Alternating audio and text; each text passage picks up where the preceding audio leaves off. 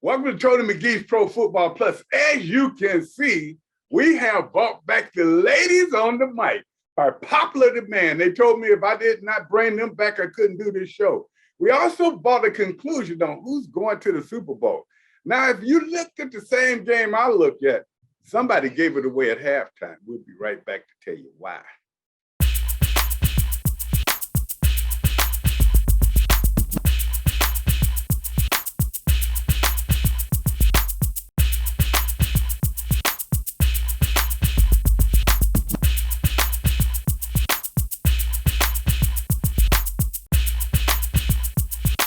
As I said going out, we were looking for two teams to be in the Super Bowl. We thought Kansas City was one of them. I thought 49ers would be one. Neither one of them made it. And what was really intriguing about it, the teams that were there, they weren't there last year. They weren't even thinking this would be their big year. The Rams always knew they had a possibility, but what did they do that Washington needs to do to get to the Super Bowl? What we'll start with first is talking about this Washington team. We'll talk about them a little bit, and we'll talk about who was our MVPs. On offense, Don, I'll start with you for the simple aspect that you have been calling this already.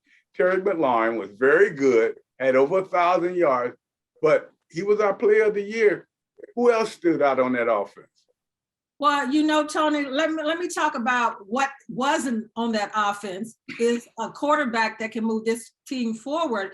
Because when you look at the Super Bowl, again, quarterbacks that can get it done. When you look at the playoffs overall, it was a quarterback that led the way. And, you know, Joe Barrows just got on the scene and led the Cincinnati Bengals. But I think for the Washington football team moving forward, the first thing on the page that you turn should be looking at a quarterback offense. I think you need another big receiver to go along with Terry McLaurin.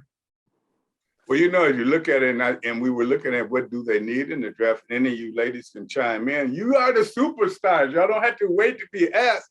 But I'm looking at, do we need that second wide receiver? But to me, do we need to get a 2 or 3 offensive linemen in the draft? They need a lot of things. I mean, am I wrong? What else is new? But they need a lot of things. And I agree with Donna.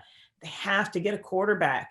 Everything revolves around a quarterback, like it or not, in the NFL. And Washington hasn't gotten that right in a hot minute. So I think they need a quarterback. And I think they need a quarterback not for just a short amount of time, but for the future. They need someone to build around. Then you can go get that second wide receiver if you want. Then you can get those offensive linemen. And in fact, you got to get the offensive lineman before you get the receiver, in my opinion. You got to protect the quarterback, whoever he is. Yeah. So I look around the NFL, there's 32 teams, and most of those teams have a closer. Who's our closer? Who's the person that we can count on that's going to get that interception, that's going to force that fumble, that's going to sack the quarterback when we need the quarterback sack? This team need, I hate to say it, but they need all 52 players gone and start over again, because I'm looking at a Bengals team, 2 years ago that I believe won 2 games. Two. We've been waiting since 1992 to get to where the Bengals are going in 2 weeks. And we still have not found an identity. And that's what the problem is. The Washington football team does not have an identity. And once they get an identity, then guess what? We can start talking about what they can do the next year. But hey, right, DJ, you said 52. You want them all gone. You want a clean house. All 52. I'm on a fantasy team, and I had Terry McGee in the beginning of the year.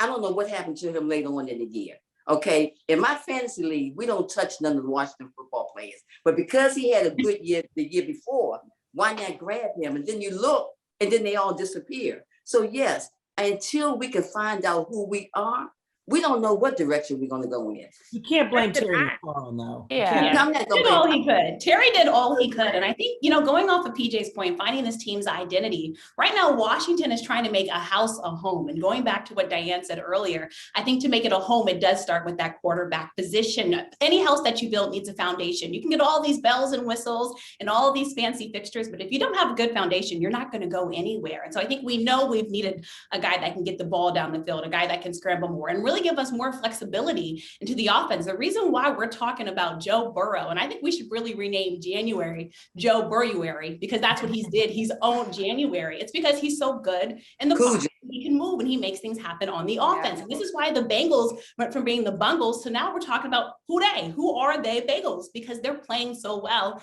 And it's largely from what Joe Burrow has come in and did, folks, in the second year after coming off an ACL injury. And he's been able to do that, matter of fact, behind a bad offensive line, which is something Washington also needs to do, is make sure that they have a healthy offensive line. Because I don't care who's back there at quarterback. If you're not protecting him, we don't want to see any more quarterback injuries in Washington. We've been through enough of them over this franchise's history. So there's a lot of needs, PJ. I don't know if I'm sweeping all 52, but I definitely think there needs to be on the offensive side of the football. I want to shore that up in the defensive side of the football. The players that are getting paid these big bucks need to start to show up.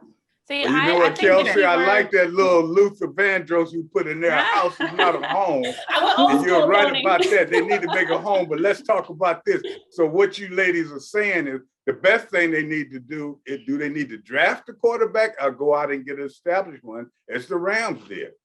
That's the big question. And the other question I want to ask one of you ladies is, are the players the only ones they should get rid of? You know what I'm saying? Listen, I'm with BJ.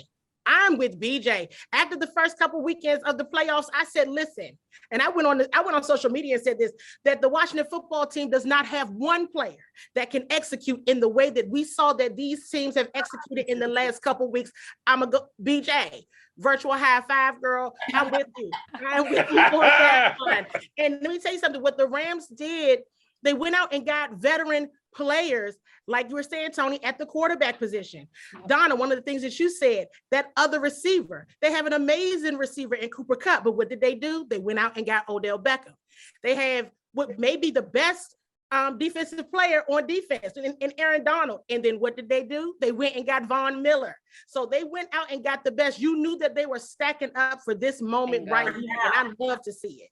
But here's the thing for now, not for the future. Right. That's why they have to win the Super Bowl, because they did everything to win. And this is where I'm going to play devil's advocate for all of you, because I agree in that I feel like the Washington football team's biggest issue is they don't have the guy. They don't have the identity. Who can you count on down the stretch on offense, defense, special teams that's going to make the big play? And that's the biggest thing, is game after game, they're so inconsistent because we don't know who that player is. So I agree that there are a lot of changes that need to be made, but this is not a quarterback heavy draft. So to each of your points, I agree that the priority is a quarterback, but you don't want to do, as we've seen the last few decades, just getting a quarterback just to get a quarterback. So I think that the hardest part is, we all know the Washington football team needs a quarterback, but who is that quarterback? Who can you get in free agency? Who can you get in the draft? Who can you get in the trade that's going to want to come to Washington, that you can actually build around in Washington, that's going to be able to play for years to come? We don't want a 1 or 2 year quarterback. You want a franchise leading quarterback. So I actually think this year, unfortunately, the immediate need is going to be to build the O-line. Who's protecting the quarterback? Who's on the other side of Terry McLaurin? I think the running backs are okay, but I think they have a few small pieces. I'm not going to say big, small pieces to build around in Terry and the running backs. And then on defense, I agree. Got to tighten up on defense. So while I think we all know they need a quarterback, I don't know if you can prioritize that, because I don't know if that's practical for this year. But it is, Renee. I don't know. I'm not sold on any quarterback that I think is going to come in, plug and play, and be able to take this team to the next level. They have Renee, it is quarterbacks available. You've got 15 they are available, but can they? That's right. 1 second, ladies. Let me say something. When we're looking at the quarterbacks, and I understand what Renee's saying, I know what you're saying too, Donna, but when we look at the quarterback, and really what we're all analyzing here is, it may not be someone in the draft that we can get. Who's out there and where are they that we can get this already established? I don't know many of this unless we can get Tom Brady in here. Speaking of Tom Brady, what do you guys think about? First, they said he's retired. Now he's considering retirement. What is that about? Can we get Tom Brady here? Well, you know what, Tom Tony? Brady is on his way out. And that's Diane's guy. I want to say on the quarterback, there's a slew of quarterbacks available, like Yes. Cam Newton, Jameis Winston, and Teddy Bridgewater. But are we sure these guys want to come here? Right, that's the big That's thing. my point. They Can might you not- actually get them? We have to make Washington attractive for people to want to come Right. here. Well, you don't know until you go after those quarterbacks because money speaks too also. Well, we Money know speaks. You know what though, ladies, listen to you talk about, and I may use the wrong language here, some retreads. Are we bringing stopgaps here? Or are we bringing someone who can take us to the next level? That's what I'm talking about. Those two guys, and they both are pretty good. If Winston gets to play and get out of his troubles and everything, but he always throws as many interceptions as he throws touchdowns. And Bridgewater I wouldn't has go been for good, Winston. but he's also getting long in the tooth. So why don't you go out and try to get someone that got some game left that can take you to the next level? If you're not going to do that, take a chance on the quarterback in the draft then. But Tony, But Tony, you got, hey Tony, before anybody answers, you got to go for a break. And we really have beat this over the head. And when I come back, I'm going to talk a little bit about the defense because there's some needs there as well. But at the same time, I think Jonathan Allen had a very good year. When we come back, we'll talk about why.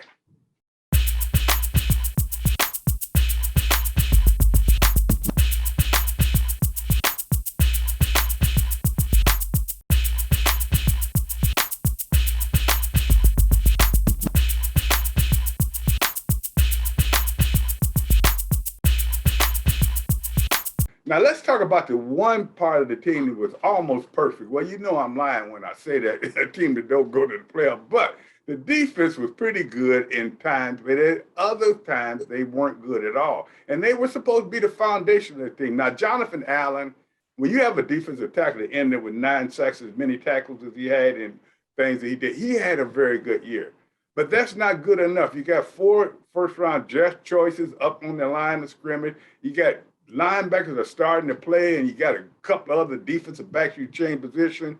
So tell me what this defense need to do, ladies, to step up and be the defense everyone, including myself, thought they were going to be. Hey, Tony, you know what? I'm looking at the secondary because I'm going there because I think the need in the secondary is more than the defensive front. You got a lot of money up front also, so you may have to make some hard decisions. But when I look at the secondary, I look at the linebacker position. Landon Collins played linebacker, and he probably was the best linebacker safety type split thing. But I think that John Boston, you know, he was out the whole year, but I don't even think with him in there that linebacker position would be secure. And then when you, so I look at in the draft or that you bring in a linebacker, and then I look in at the cornerback position, I think you need another corner in there. So to me, the breakdown this past year was somewhat of the secondary, and I think that they need to secure that and get a lot stronger in the secondary area with a linebacker and a cornerback. Well, what do you think about the coaching wise? Schematically, do you think they had a good scheme, or do you think they should change that up, use maybe 3-man line instead of 4-man line? What do you think about that coaching wise? Any of you ladies? Is Jack Del Rio still, is he gonna still be there next year? For Because now, I'm still on that, because this Washington football team, before this campaign started last year, they were top 5 defense, top 5. Then all of a sudden they plummeted to 17th. It has to be, you can't fire all the players, even though, you know, I want to get rid of all the players, but you can't fire all the players. So why not start with Del Rio? Look, if you look at this playoff, which is one of the best NFL postseasons I ever seen, if you look on the sideline, they are mostly young coaches. I mean, we have a senior citizen slew of coaches on our sideline. We really need Del Rio replaced, because these young players coming out of college, they ready to run. I mean, they ready to go, but you gotta let them go. And I don't think Del Rio is the answer moving forward. Yeah, I agree. And I know Kelsey earlier was bringing up our Luther Vandross line, house is making this house into a home.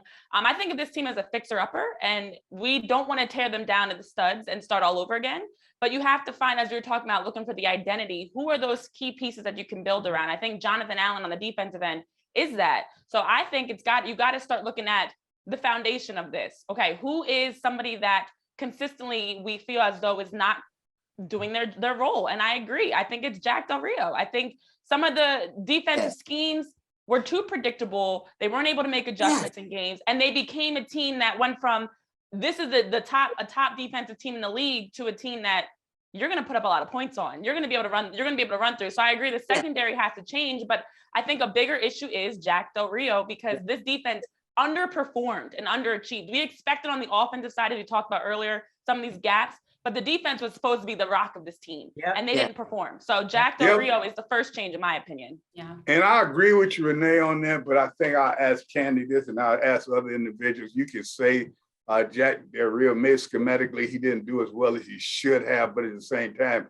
he had nothing to do with these players being in shape and playing the whole game and playing good in the first quarter, the second quarter, and playing bad in the fourth quarter. He had nothing to do with that. Not keeping the quarterback within the boundaries of your defensive line, letting them get outside. He didn't have anything to do with defensive backs that couldn't cover a bed with a blanket. So what you got to look at, we got to get some players up in here as well. I'm not agreeing with him schematically, but at the same time, I always look the player in the eye, because the coach can only lead you to the field. You got to be the one to take it. Right. It's like the house, you can lead a horse to water, right? But you have to make the horse drink that water. And I think we can talk a lot about this defense. There was supposed to be a top defense in the NFL. Everyone was supposed to be scared of this Washington football team. And instead they ended up laughing at us. Our pass rush was a big problem. When we got quarterback sacks, we were genuinely happy because we didn't see enough of them, Tony. And that was a big problem. Jonathan Allen has been great, but football, you can't just have one man be great, right? It's a team sport. So you need each of those players being great alongside of them. I think especially also when we look at the defense, we do have to be honest with ourselves too. And this is not to make excuses, but this team went through a lot of adversity. And Renee said a word earlier, consistency. There was no consistency on the defense. We saw what happened to Chase Young. He was trending this past weekend saying, what if Washington hadn't took Chase Young and actually had took Joe Burrow? Well, folks, that didn't happen. This is our reality. Then you also look at Montez Sweat and what happened with his brother. And then Donna mentioned the changes that had to be made on defense as well. So this team was trying to adjust. And I do think you can look at the coach, but I'm really looking at the players on the field doing the job that needs to be done. There's no excuses for this football team who has top draft picks on this football field. They know the job that's needed to be done from them for a very long time. These are also guys that played great in college. So they knew the job that had to be done. Yes, there wasn't enough defensive schemes happening on the football field, but also there just weren't enough plays being made. The secondary was a huge problem. Guys were able to go down deep on the Washington football team and get their way with Washington's defense. So for me, I'm looking at that secondary because I'm looking at these high-powered quarterbacks right now playing in the National Football League. And the quarterback groups are only getting better. Joe Burrow's only going to get better. Lamar Jackson's going to be healthy next year. Josh Allen, folks, is only going to get better. So you have all these high-powered quarterbacks that are going to be playing this Washington football team. This defense is going to have to be able to step up, which means, yes, finding a pass rush, which means your front four need to be able to put pressure on. And then also the secondary is going to have to be able to get takeaways, folks. Washington was not near the top at all in terms of takeaways. And as we know, those takeaways can help to change ball games. Let's digress and go back and look what we looked at. We said offensively, we know we need the quarterback, but we also need offensive line. Defensively, we see that we need some defensive backs and more consistency from the defensive line. But on special teams, because there's three facets to the team, how do we improve that? Do we get better second string players? Do we go out and study for them as well as we will for defense and offensive players? Because you have to really show up the special team. Trestway, he did his job. But if you look at the special teams, Carter came on and he became a little bit of a threat, but we never really felt a threat like we used to when you were going to the Super Bowl and you had a Brian Mitchell going out there and you could plan on him scoring. You had guys that really contribute. So how do they improve their special team before this team to get there? And if you look at the playoffs, every team is complete. Special teams playing well, defense playing well, offense playing well. That's what Washington needs to do. So how do we get our special teams shored up as well? Yeah, I definitely was paying attention to special teams in the 49ers Green Bay game, because special teams is what won that game for the 49ers. Special teams came up huge. You're exactly right, Tony. It's like, okay, that's a key part of the game as well that we keep forgetting about. And Yes. I love the way that San Francisco started using Deebo Samuel. That Deebo Samuel, my goodness. So I mean, they were using him in every facet. And once they put him back there to return those kicks, I said they're trying to win a Super Bowl. Because, and I don't know if we could change say, Antonio Gibson into that role potentially. Maybe that's something for him. Or do we say, hey, our number one receiver, Terry, hey, listen, we need you to return kicks. That is a possibility. We may have to start thinking outside of the box on how to elevate in that area. Hey, Tony, can we change this and move on past the Washington football team and talk about the new team, the new coaches that in the NFL and the playoffs, because we spend enough time beating this horse over the head. And let's talk about the teams in the playoffs moving into the Super Bowl, because to me, like Candy said earlier, the playoffs this year have been spot on because it's some excitement. And starting with the coaches, Tony, right now, that's going to be new coaches come next year is the Raiders have a new one with McDaniels, and there are some more that have stepped in. Well, you're kind of surprised with the Sean Payton thing. Is he going to another team? And then you look at the Giants has cleaned out their whole front office. There are a lot of coaching changes going on, and I know you guys have the thought process that should go on in Washington, but at the same time, these changes in coaches, if you look at the people in the playoffs and everything, these changes are very important. And they just can't be just complimentary changes. They got to be changes that mean something. So it has been a lot of changes. And so what we're saying is, as has been said by you young ladies, Washington need to also consider the coaching changes as well. Because they, in other words, it's almost like you said in the beginning, Diane, all of you, let's blow it up. Not all 52, Tony. Because when you look at the playoffs, Tony, I'm talking about Joe Barrow said, believe in them from day one. And they just stepped into the playoffs. And the way Kansas City just fell apart in the second half, Patrick Mahomes looked like a different quarterback from the first half to the second half. And I'm thinking, like, what happened to him? I looked at some of his decisions in the second half, and everybody is saying, is that Andy Reid's and Patrick Mahomes' fault for losing that Super Bowl? But I would say give some credit to the Cincinnati Bengals too, because their defense was explosive, Tony. You have to love, Tony, that defense that you saw as far as the Cincinnati Bengals, and kudos to them for getting into the Super Bowl, because once they started that run and they beat Kansas City in week number 17 also, and came back and did it again to move into the Super Bowl. You know what though, and let's keep it straight on this show. And fans, I want to tell you another thing. We got another show next week too. I better drop that in now. But let's keep it straight on this. You start looking at different situations and everything. Cincinnati's defense played all right, but these guys are down on the 3-yard line with 5 seconds left. And you run a bad play like that in a game that's pivotal at a time where you go up 14 and you come back in the second half with the ball, your quarterback is hot. What happened that second half is Mahomes was trying to atone for that bad play at the end. So he was trying a little bit harder, and he got worse in doing that. I've never seen him have 3 plays like those last 3 plays where he overthrew a man. He almost threw one interception. That wasn't good enough. They dropped it, so he threw it in the other one's hand. I'm gonna tell you what. I put that loss on Mahomes and the coach.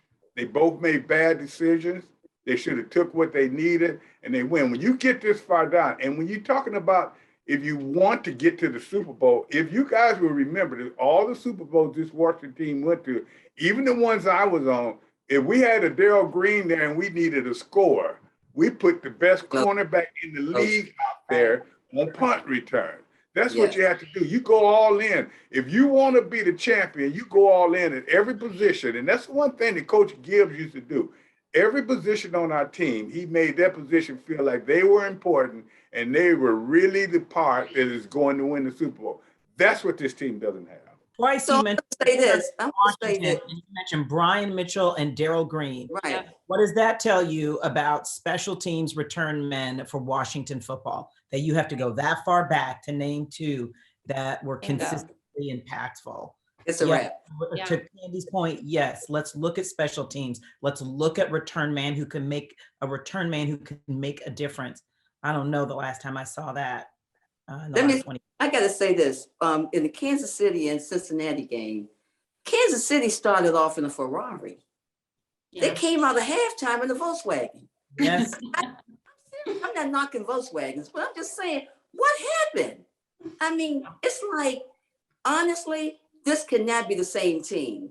I mean, I know I'm not saying that they was giving the game away. I don't want to say that, but it just looked so obvious that this was not the same Mahomes that we saw the first half or last week against Buffalo.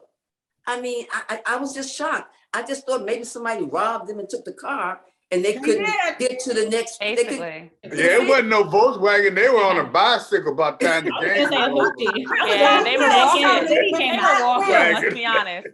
But I mean, to that point, Kansas City was a completely different team, like you said, in the second half. And then overtime is something that I know Patrick Mahomes is going to quickly want to forget because we've got characteristically used to seeing him play so good. I mean, Patrick Mahomes has become the new standard for quarterbacks. And also look at that coach that they have, an experienced head coach. And I look across the sidelines and Zach Taylor, let's remember how Zach Taylor started in Cincinnati, folks, 6-25-1. But the owner stuck with him through those rough seasons and how he's been able to turn that team around, the connection that he has with Joe Burrow, Jamar Chase, and all of the weapons, T. Higgins on that Cincinnati Bengals team. And now again, the Bengals are making us believe, not one person can tell me, other than people in Cincinnati, that they picked this team to go to the Super Bowl, all right? And that's just because the Bengals have just been for a long time trying to rebuild. They've been in rebuild mode for so long, and Kansas City has just been the new standard. They have everybody on offense. I mean, Hill, Kelsey, I mean, literally it's a dream on offense. We knew their defense was suspectable, but still they're Kansas City, right? And then they're playing at home and we know how hard it could be to win at home in Arrowhead. But all of a sudden the Bengals just had the better gameplay. And Tony, though the defense hasn't been great all season, they showed up when they needed to. And this is why, Tony, they're going to be in sunny LA very soon playing the Super Bowl and maybe bringing that Super Bowl to Cincinnati, who's been. Well, you know what? I think this game to me is such a small version of a big issue that we're talking about, from the Washington football team to now every team is looking at the Bengals as the model. I want to be like the Bengals. I want to be a team that's below 500 and then a year or two later is sitting in the Super Bowl. But on both sides, we have polar opposites. You have a Bengals team that had a young fire group that had no expectation, as we all talk about. Nobody picked them to be in the Super Bowl. No expectation. Joe Burrow coming off of his ACL. You've got Jamar Chase, a young player, Higgins, all these talent, and they believed. And they believed in themselves. And look where it got them. And then on the other side, Mahomes and the Chiefs literally had two halves, and of course overtime, which was, they were walking by that point. Let's be honest. Forget the bike. They were walking. Two different halves of belief. The first half they came out, I literally was like, that's game. When they went up and scored and got to 21, I was like, that's game over. This is Patrick Mahomes and the Chiefs trying to get back to the Super Bowl. We didn't expect them to lose anytime sooner than the Super Bowl. But because of that last drive at the closing of the first half, the whole momentum switched, their belief switched, they stopped playing as a team. And look what happened. They're going to be sitting at home. So I think this is exactly what, when I look at coaching and you look at the different coaching changes and coordinators that have been hired, teams are bringing in coordinators from winning teams. Why? Yeah. Because they have the culture, the mindset, the belief that we're going to win. Loser's limp is very real. And when you have game after game after game of struggling on special teams, defense, offense, that is why a team like Washington's defense has underperformed, in my opinion, because they start to overthink things like we saw Patrick Mahomes do in the biggest stage of this season. So I think as we're talking about coaching changes and all these things, keep in mind, belief, buying in, having that team mindset that no matter what happens, we're going to get through, is the core and foundation of any Super Bowl team. And teams like Washington don't have that. And that's why the Bengals are headed to LA. All I got to say is thank you, LA Rams, for winning that game, because you allowed me and Tony to win the picks this year. Hello. We talked about Kansas City and we talked about Cincinnati, but the Rams is hosting the Super Bowl. And that's something, they built this team to get to the Super Bowl because they got Donald. They've got Von Miller and you know, those players they bought in and Stafford, Matt Stafford, because they wanted to win right now. And this is the second year in a row that you got Tampa Bay hosted the Super Bowl last year in their home stadium, and now you've got the Rams. But Candy, I want to grab you in here quickly to talk about that Rams team that Tony said the 49ers would be there, which they were, and finally the Rams had their number at the most important time to head to the Super Bowl. So talk a little bit about the Rams and them making it to the Super Bowl and hosting the Super Bowl. Can they pull it off? I think they can. And here's why. I think that there has to be something that goes through a team's mind when you lose in the Super Bowl. Remember a couple years ago, the Rams lost to Tom Brady in the New England Patriots. And I bet you that has kept Sean McVay up probably every night, I'm sure. And it probably increased the need to win now. See, all of this rebuild talk that a lot of teams like to do. See, I think that's a old way of thinking. The new way of thinking is win today. I can't be concerned about tomorrow. We're gonna win right now. And I think I said, was somebody about to lose their job or something? Because once they started making those moves in free agency and all throughout the season, I said it is apparent that they are Super Bowl or bust. And I think with the opportunity they have now with playing at home, I think they're absolutely going to be the ones that say, hey, we're going to lift the Lombardi trophy because we've been here before and we missed it. And we're not going to miss it again, especially not at home. And ladies, I'm going to take a little break right now. I want us to take a quick cut on this for the simple reason that we're going to leave the old and the new. We're going to start talking about this Ram team versus this Cincinnati, strengths and weaknesses when we come back.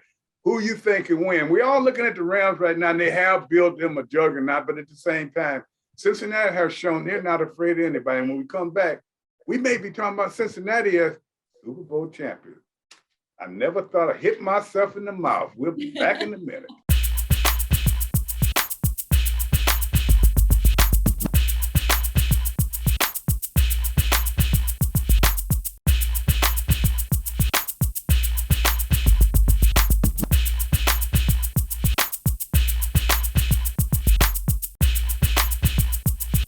As you notice, Gary Clark isn't here this week. He's down at Crystal City Hilton celebrating the last Super Bowl that Washington went to. And I got a question for you, Gary.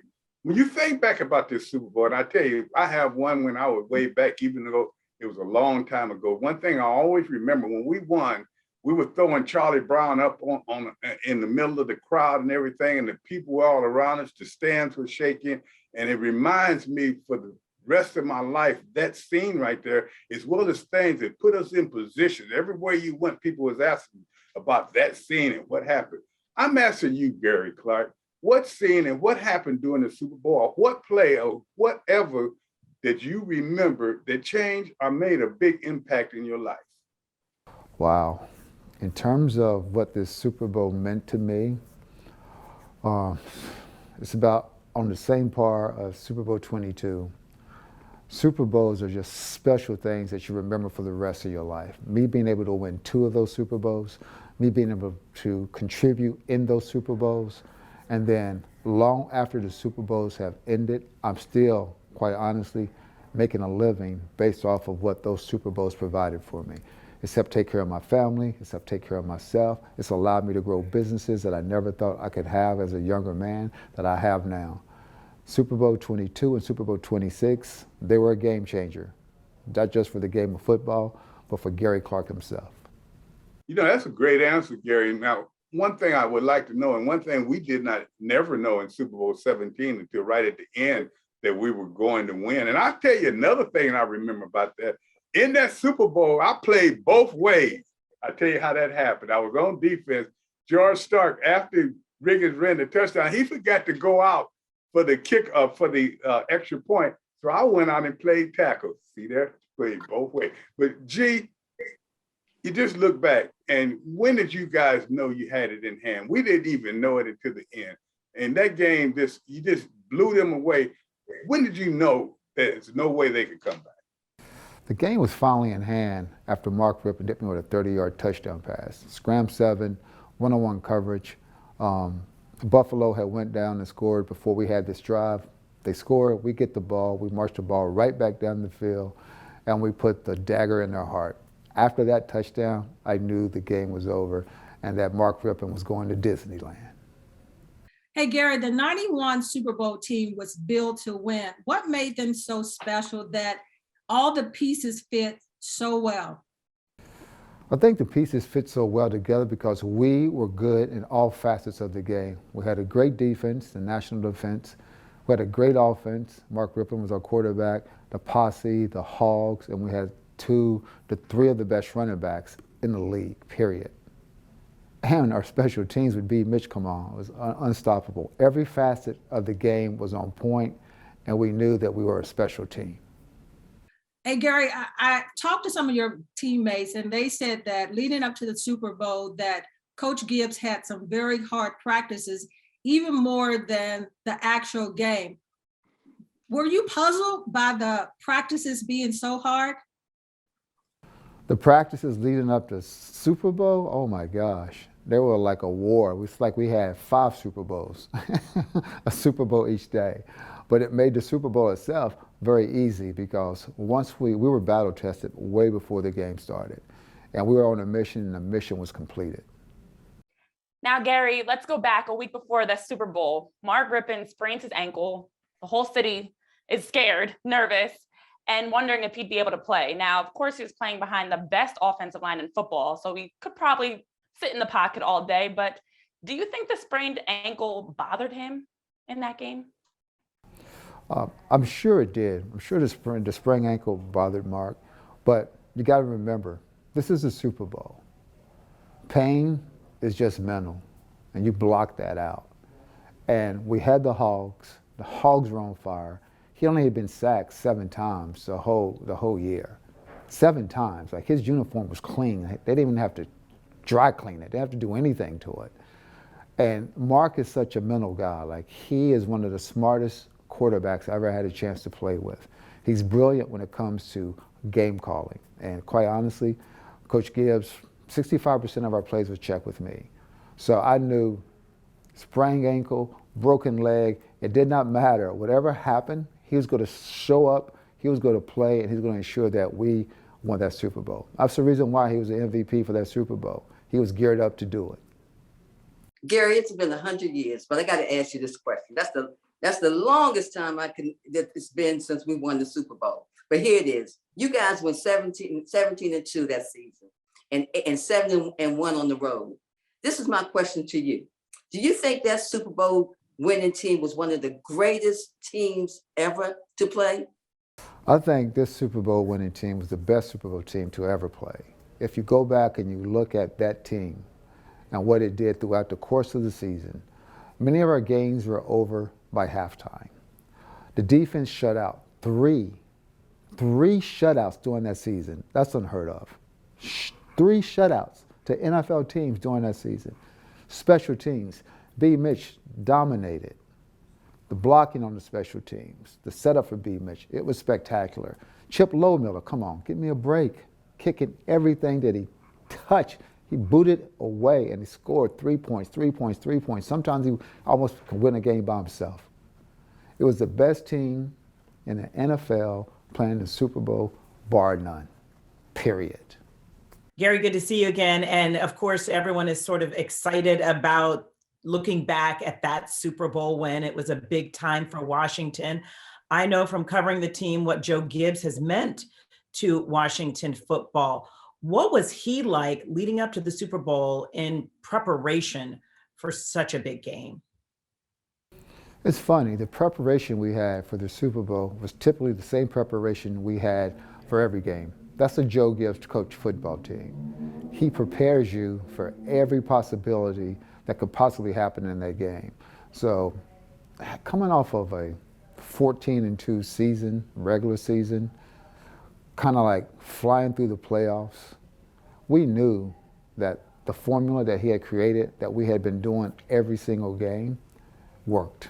And it came Super Bowl, same formula. May had a little bit more heated up in the terms of practicing, the practicing that led up to the game because everybody's had fired up for this. But the practice And the preparation was exactly the same it had been for the other 16 games that we had played, 18 games, 19 games, whatever it was, 16 games regular season, playoffs, and then to the Super Bowl. So Gary, I know that there's so much going on, a lot of celebration today with this event. Are we going to have to wait another 20, 30 years to see something else like this? Hey, make sure you tune in to Tony McGee Pro Football Plus TV show next week on the Mid-Atlantic Sports Network. Why? Because you are going to be part of this event. This event is magical. It makes noise come from anywhere because it's so magical. That's the type of event that it's going to be. We're paying tribute to Doug Williams, number 17, Super Bowl 22 MVP. It is going to be magnificent. It is going to be spectacular. Wow, Gary, I'm already super excited about this event, not only because it's during Black History Month, but to honor the great Doug Williams, the first Black quarterback to win a Super Bowl, and what he did for historically Black colleges and universities. And we're seeing more HBCU players now enter the NFL, guys that say, I want to be like Doug. I want to be the next Doug. And now we have guys like Patrick Mahomes, etc., Black quarterbacks that have won Super Bowls. So it's a special, special thanks to Doug Williams and what he started right here in the burgundy and gold. And Tony, on that, Tony, I'm loving reliving all of these memories and this legacy. Tony, what do you think about this great event coming up?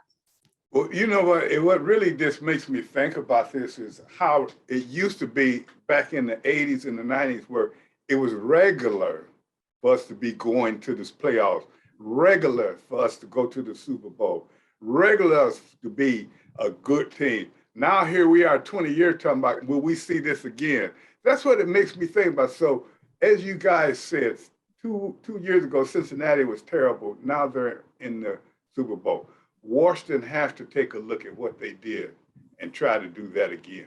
As far as this Super Bowl, we want these guys to enjoy it because it doesn't seem like a long time, but when you say this Super Bowl was in 1991, you think about your age at that time, and we'll talk about that when we get back. Well, you know, this is one of my favorite segments. I'm right, and you all are all wrong. But since we're talking about the Super Bowl, let's talk about the best quarterbacks ever in the Super Bowl. And at the list, we've got Tom Brady, John Unitas, Joe Montana, Peyton Manning, Dan Marino, and Brett Favre. And Diane, you got the first word. Who's the best? Well, I have to go with Tom Brady now as a longtime Bucs fan. And him most recently winning a Super Bowl for the Tampa Bay Buccaneers. But if you've looked at all those memes and IG posts and Twitters with him and all those rings on his fingers, he's incomparable. You know, his work ethic is beyond compare. Nobody can match him for his work ethic, his desire. When he was with New England, I couldn't stand him. When he got on my team, I loved him. I always respected his work ethic, though. And nobody's been able to hold a candle to him. You know. DJ. In 10 seconds, I'm just going to say Tom Brady. I mean, what can you say about this GOAT? I mean, this guy took New England to won 6 Super Bowls in New England. And then he leaves New England and goes to Tampa, a team that was in the bottom again, and they win the Super Bowl. So Tom Brady definitely is the GOAT. Candy. Listen, I never thought I would see it. I always thought Joe Montana, because I grew up watching Joe Montana, and I said, if I were ever an NFL quarterback, I want to be just like Joe Montana. And then along came Tom Brady. So it's Tom Brady for me as well. Yes. Kelsey. Easy. You know, this one's going to hurt a lot of people because I'm a Maryland girl, and Baltimore knows how many times we faced Tom Brady, but only one guy can hold up the 7 rings that we're talking about. I should sing Ariana Grande's song 7 Rings, but I can't sing that. But leading in touchdowns, passing yards, those all belong to none other than Tom Brady. So this is why him retiring is such a big deal, because we all got to witness the greatest in our lifetimes. Yes. Renee. I hate to agree with everybody, but it is Tom Brady. It's 7 Super Bowls. How many teams? Forget players, how many teams have won 7 Super Bowls? So I'm going to go with Tom Brady as the greatest quarterback to ever do it, without a doubt. Hey, Tony, are you going to let them dominate with Tom Brady? Because Johnny Unitas has to be in the conversation too. And I'm the only one played against him. Conversation. He was a very, very, very good quarterback. And as you have to think about it, he didn't have as many weapons, or he didn't have as many ideas as Brady have. But there's no joke or nothing about it. Tom Brady has been the best. He's when you can play 22 years, and if he does retire this year and he's going out on top, you couldn't do any better than that. It's nothing anybody can say. It's just as if Michael Jordan, everybody is talking about how great he was. But if James keep doing what he's doing right now, he will be the greatest player ever. Let's just face it. So Brady is the best. And I don't see many people, because you have to say he's won that many Super Bowls and been the other ones. This guy was spectacular. And so everybody's agreeing on that. But I tell you what, I started to say Johnny Unitas because none of y'all saw him play. Well, you know what? Like everybody said, it was the GOAT. But let's talk about the best Super Bowl teams of all times.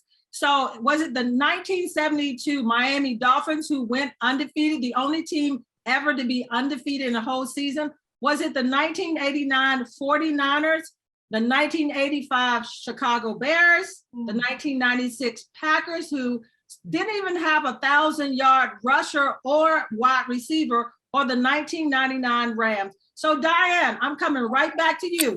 Who's the best all-time Super Bowl team? Well, you have to pick the Dolphins. They were undefeated. I mean, don't you have to? They were undefeated. How do you pick another team? No other NFL team has done that going to the Super Bowl. It hasn't happened. Yes. But Kelsey, isn't it, even though they did not lose any games, when you talk about the 49ers and the Bears and all of those, they were dominant teams too. So being undefeated, does that automatically give you the crown? I mean, it's hard to do. Let's look at the NFL more recently. It's very hard to go undefeated because every year there's new talent coming in. So I definitely agree with Diane. But if we're talking about Tom Brady, I have to say we can't forget Tom Brady coming back 28-3. Everybody remembers that. Oh.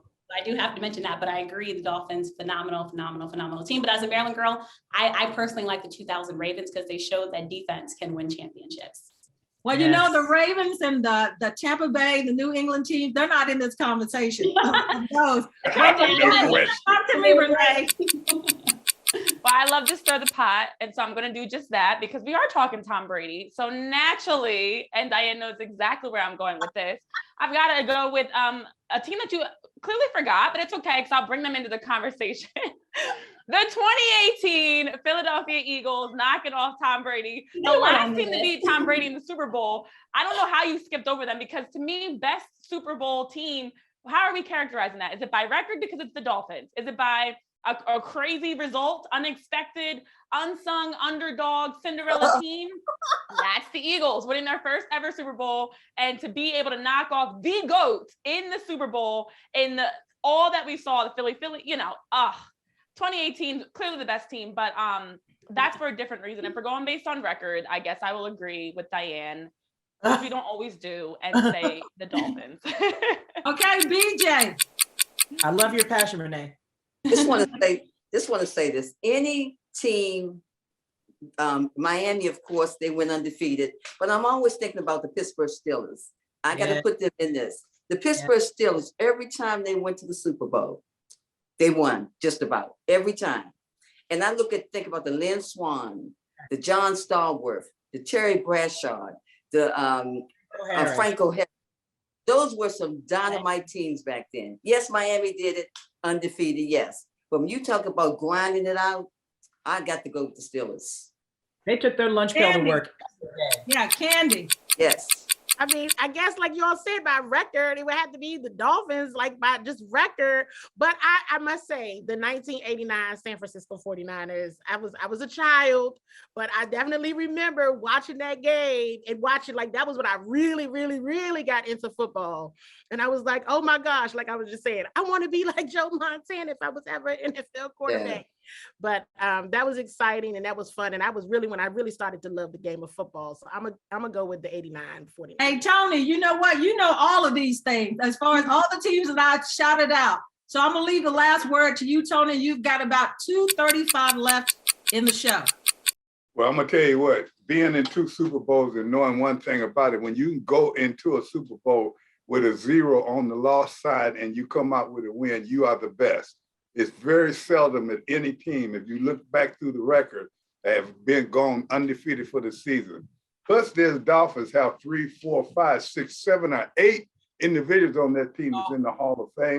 Hall of Fame coach. They did everything right. People have been trying to do that ever since 1971, and they couldn't. Now, what we have, and we have a disagreement, but you guys, I got an advantage.